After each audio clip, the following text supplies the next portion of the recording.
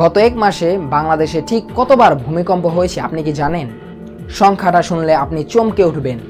শুধু ফেব্রুয়ারি মাসেই এই ছোট দেশটা কেঁপে উঠেছে 10 বার।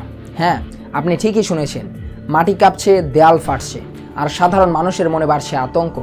কিন্তু এই প্রশ্ন হলো, এই ছোট ছোট ভূমিকম্পগুলো কি আসলে বড় কোনো মহাপ্রলয়ের আগাম সতর্কবার্তা? বিজ্ঞানীরা কেন বলছেন ঢাকা বা সিলেটের মতো জনবহুল শহরগুলো এখন টাইম বোমার ওপর দাঁড়িয়ে আছে? আজকের নিউজ অ্যানালাইসিসে আমরা এই ভীতি এবং এর পেছনের বিজ্ঞান নিয়ে গভীর বিশ্লেষণ করব। ভিডিওটি শেষ পর্যন্ত দেখুন, কারণ আজকের এই তথ্যগুলো হয়তো আপনার এবং আপনার পরিবারের জীবন বাঁচাতে সাহায্য করবে।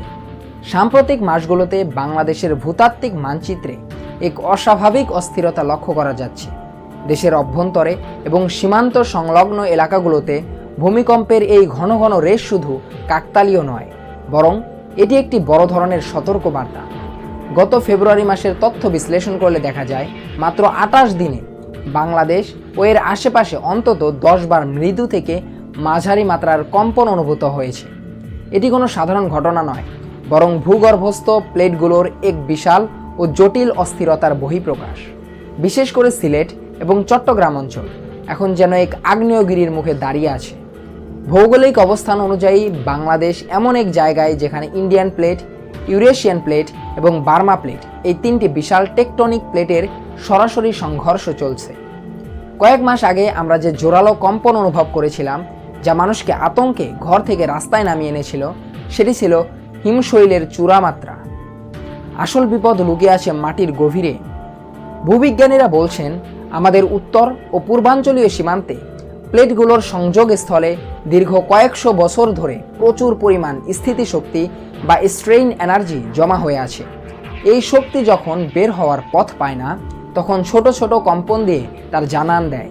কিন্তু সমস্যা হলো, এই 10 দফা ছোট কম্পন বড় কোনো শক্তিকে প্রশমিত করছে না, বরং অনেক ক্ষেত্রে এগুলো মেগা থ্রাস্ট বা বড় কোনো মহাপ্রলয়ের পূর্ব লক্ষণ হিসেবে কাজ করে। শুধু বাংলাদেশ নয়, আমাদের প্রতিবেশী ভারত ও মিয়ানমারের সীমান্ত এলাকাতেও ভূস্তরের যে অস্বাভাবিক নড়াচড়া দেখা যাচ্ছে, তা ইঙ্গিত দিচ্ছে যে বিগত কয়েক দশকের মধ্যে ভূপ্রকৃতি এখন সবচেয়ে বেশি সংবেদনশীল। তাই এই কয়েক সেকেন্ডের কম্পনকে অবহেলা করা মানে হলো এক বিশাল ধ্বংসলীলার দিকে চোখ বুজে এগিয়ে যাওয়া। এখন সবচেয়ে গুরুত্বপূর্ণ প্রশ্ন, এই যে গত এক মাসে 10 বার মাটি কাঁপলো, এটা কি আমাদের জন্য কোনো আশীর্বাদ নাকি এক মহাপ্রলয়ের সংকেত? সাধারণ মানুষের মধ্যে একটা ভুল ধারণা আছে যে ছোট ছোট ভূমিকম্প হলে মাটির নিচে শক্তি বের হয়ে যায় এবং বড় ভূমিকম্পের ঝুঁকি কমে যায়। কিন্তু আধুনিক সিসমোলজিক্যাল সায়েন্স বা ভূমিকম্প বিজ্ঞান বলছে ঠিক তার উল্টো কথা। ইতিহাসের পাতা উল্টালে দেখা যায়, পৃথিবীর বড় বড় মেগা আর্থকুয়েক বা মহাপ্রলয়গুলোর আগে ঠিক এই রকম ধারাবাহিক মৃদু মৃদু কম্পন অনুভূত হয়েছিল, যাকে বিজ্ঞানীরা বলেন ফোরশক। 1950 সালের সেই ঐতিহাসিক আসাম ভূমিকম্প, যার মাত্রা ছিল 8.6 মাত্রা, তার আগেও ঠিক একইভাবে ঘন ঘন কম্পন দেখা দিয়েছিল। বর্তমান সময়ে বাংলাদেশ, বিশেষ করে সিলেট এবং পার্বত্য চট্টগ্রাম অঞ্চলের মাটির নিচে যে পরিমাণ ইলাস্টিক এনার্জি জমা হয়ে আছে, তা কোনো ছোটোখাটো কম্পন দিয়ে শেষ হওয়ার মতো নয়। বিজ্ঞানীরা একে বলছেন টিকিং টাইম বোম। যদি রিখটার স্কেলে 7.5 বা 8 মাত্রার একটি ভূমিকম্প এই অঞ্চলে আঘাত হানে, তবে তার ধ্বংসলীলা কল্পনা করাও কঠিন। বিশেষ করে রাজধানী ঢাকা, যা এখন একটি অনিয়ন্ত্রিত কনক্রিটের জঙ্গল। আপনি কি জানেন, সরকারি এবং বেসরকারি বিভিন্ন জরিপ অনুযায়ী ঢাকার প্রায় 76% রাস্তা এতই সরু যে বড় কোনো দুর্যোগের পর সেখানে ফায়ার সার্ভিসের গাড়ি বা বড় কোনো উদ্ধারকারী ক্রেন প্রবেশ করাই অসম্ভব। পরিসংখ্যান আরও ভয়াবহ। একটি বড় মাত্রার ভূমিকম্পে ঢাকার প্রায় 72,000-এরও বেশি ভবন মুহূর্তেই তাসের ঘরের মতো ধসে পড়ার উচ্চ ঝুঁকিতে রয়েছে। আমাদের মাটির গঠন নরম পলিমাটির হওয়ায় এখানে লিকিউফেকশন হওয়ার সম্ভাবনা অনেক বেশি, যার ফলে বহুতল ভবনগুলো আস্ত মাটির নিচে দেবে যেতে পারে। শুধু ভবন ধসা নয়, মাটির নিচ দিয়ে যাওয়া কয়েক হাজার কিলোমিটারের গ্যাস লাইন এবং বিদ্যুৎ সংযোগ বিচ্ছিন্ন হয়ে পুরো শহরে এক অগ্নিকুণ্ডে পরিণত হতে পারে। আমরা কি সত্যি এমন পরিস্থিতির জন্য মানসিকভাবে বা সামাজিকভাবে প্রস্তুত? এই প্রশ্নটা এখন আর তাত্ত্বিক নয়, বরং এটি আমাদের অস্তিত্ব রক্ষার লড়াই। আমাদের শুধু নিজেদের সীমান্ত নিয়ে ভাবলে চলবে না। নেপাল, ভারত, আসাম, মেঘালয় এবং মিয়ানমারে বড় কোনো ভূমিকম্প হলে তার সরাসরি প্রভাব পড়বে বাংলাদেশে। কারণ আমাদের এই বদ্বীপ অঞ্চলটি মূলত নরম পলিমাটি দিয়ে গঠিত। মাটির এই গঠনের কারণে দূরবর্তী কম্পনও আমাদের এখানে কয়েক গুণ শক্তিশালী হয়ে অনুভূত হয়। গত কয়েক মাসে সীমান্ত এলাকায় যে ফাটল বা প্লেট মুভমেন্ট দেখা গেছে তা দক্ষিণ এশিয়ার এই পুরো অঞ্চলের ভূগঠন পরিবর্তনের ইঙ্গিত দিচ্ছে। এতক্ষণ আমরা যে ভয়াবহতার কথা শুনলাম তাতে মনে প্রশ্ন জাগা স্বাভাবিক, তবে কি আমাদের পালানোর কোনো পথ নেই? সত্যি বলতে ভূমিকম্প এমন এক প্রাকৃতিক দুর্যোগ যা আগে থেকে অনুমান করা বা আটকানো বিজ্ঞানের পক্ষে কখনোই সম্ভব নয়। কিন্তু ইতিহাস আমাদের শিখিয়েছে প্রস্তুতি থাকলে মৃত্যুর মিছিল অনেকখানি কমানো সম্ভব। জাপান বা চিলির মতো দেশগুলো তার বড় উদাহরণ। বাংলাদেশে আমাদের প্রস্তুতির জায়গাটা ঠিক কোথায়? প্রথমত, আমাদের সবচেয়ে বড় শত্রু হলো আমাদের অপরিকল্পিত আবাসন ব্যবস্থা।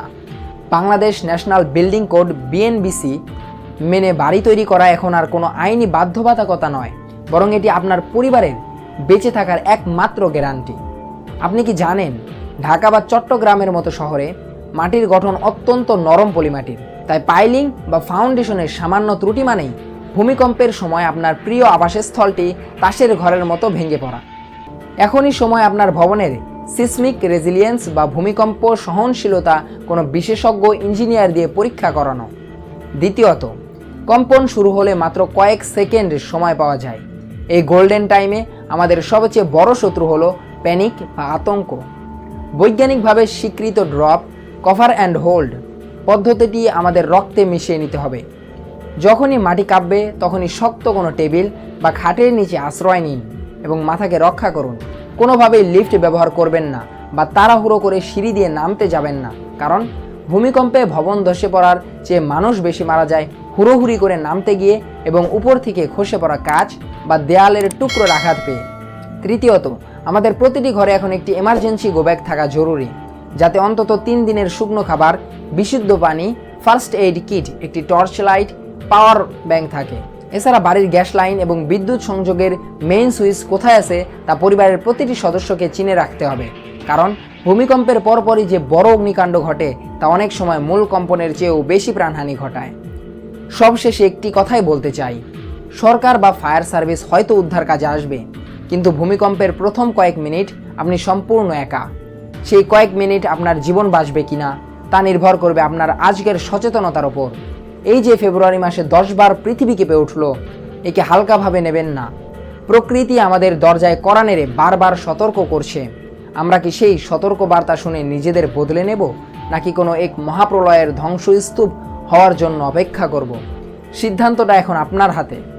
আপনার এলাকায় কি গত কয়েকদিনে কোনো কম্পন অনুভূত হয়েছে? আপনি এই ভয়াবহ পরিস্থিতি নিয়ে কি ভাবছেন? কমেন্টে আমাদের জানান। নিউজ অ্যানালাইসিসটির ইনফরমেটিভ মনে হলে শেয়ার করুন, যাতে অন্যরা সচেতন হতে পারে।